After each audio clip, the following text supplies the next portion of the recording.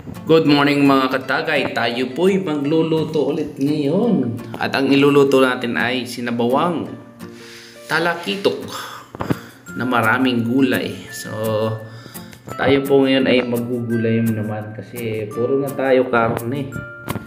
At baka naman ay ma-high blood na ako nito lalo. Kasi puro na tayo karne, kaya tayo mag-iisda naman. So, ito po ay talakitok. Medyo maliliit lamang dahil kung ito ay malalaki, nako, napakamahal po nito, no?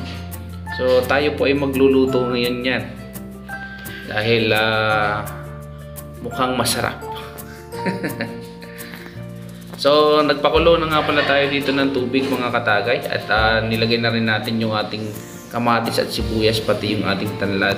Pero may nakikita kayo ditong dalawang kamatis at saka sibuyas, idadagdag po natin yan dyan para mas lalong gusto ko kasi yung malasang malasa yung kamatis at saka sibuyas. So ayan nga, nilagay na rin natin yung ating talong kasi medyo matigas yan. So sasabay na natin sa pagpapakulo ng ating kamatis, sibuyas at saka tanlad para malambot na po siya. Naglagay na rin tayo ng asin mga katagay.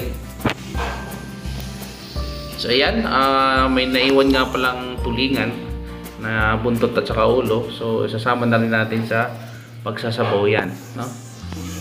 So lalagay na natin yung ating mga isda, yung ating talakitok sa ilalim.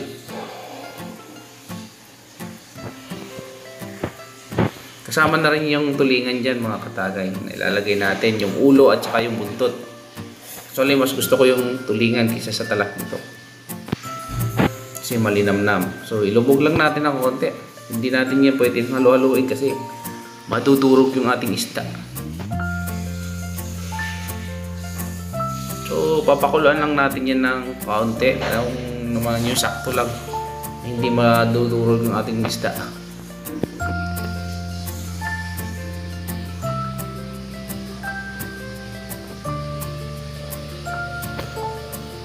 Then maglalagay na rin tayo ng magic sarap mga katagay. So magic sarap, sa pulong nag-vlog ako, kapartner na kita. Baka naman. Baka naman magic sarap. So ito po ay hindi malansa. Alam nyo kung bakit? Kasi may tanlad siya. Napakasarap pag may tanlad, lalo na kung maraming tanlad yan.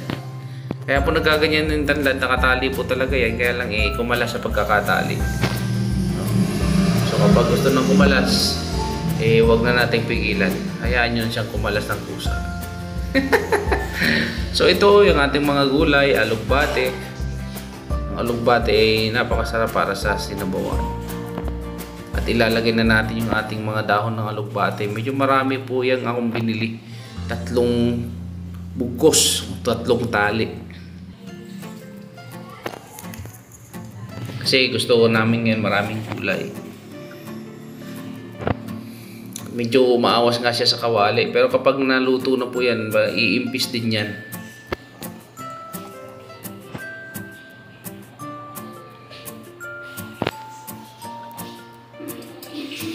Silulubog lang natin sa ating sabaw, dahan-dahan lang kasi baka madurog yung ating isda.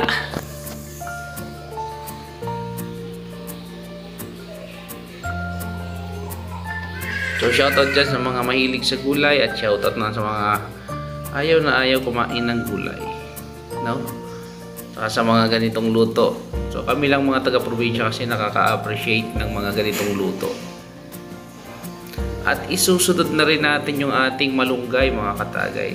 So ito yung malunggay namin dun sa taas, no?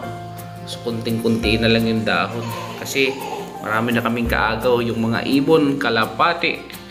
Sila na ang umuubos ng dahon ng ating malunggay sa 3rd floor. Talagang napaka-healthy ng ating ulam ngayon. Kasi umaapaw sa green grass of hope. No, sa mga green na gulay. So, syempre, titimplahan natin yan mga katagay.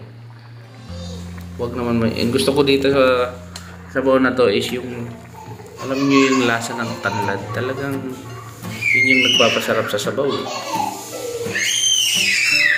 Tuwing may sabaw, laging nilalagyan ko ng tanglad.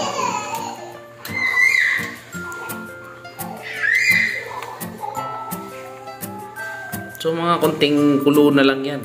Goods na yan, goods. Pwede na nating patayin ang ating apoy niyan, mga katagay. So ayan, kumulo na siya. At ilalagay na natin yung dahon ng sibuyas. Ang dahon ng sibuyas, isa rin sa nagdadagdag ng aroma, yung amoy. Mabango kasi ang amoy niya sa sinabawan. Masarap yun. Kita nyo yung talong, ulo ng tulingan. At saka yung ating isda. Nasa ilalim lang yan. So, maingat ako maghalo mga katagay kasi ayaw ko madurog ng ating isda. So, at ito na nga. Luto na yung ating sinabawang isda o tinolang isda. Maraming tawag dyan. Alam ko merong iba dyan na ayaw kumain ng mga ganitong luto. So shout out po sa inyo. Kanya-kanya naman tayo ng gusto. Pero kaming mga laking probinsya, laki sa hirap, ito yung mga paborito namin, lalo na kung may yung malaway. No? At saka mga katagay, naggawa nga pala ako ng suka. No? Dahil luto na yung ating isda, gumawa na rin ako ng suka. Yung ating lagayan dyan, dinamihan ko ng sili para mabango po yung ating suka. Bali 3 bote po yan, 4 na bote yung aking ginawang suka. Sukang tuba yan, sukang tuba. Lagyan ko siya ng maraming bawang at saka maraming sili. So ibababad natin yan. Sigurado swabing-swabe yan sa pag ating sinausawan, lalo na pag tuyo. So hanggang dito na lang mga katagay yung ating vlog for today. At sa mga bago nating subscriber, huwag po nating kalimutan na ma-share, i-like. At sa mga bago naman nating viewers, isang hiling lang, pakipindot po yung ating subscribe button.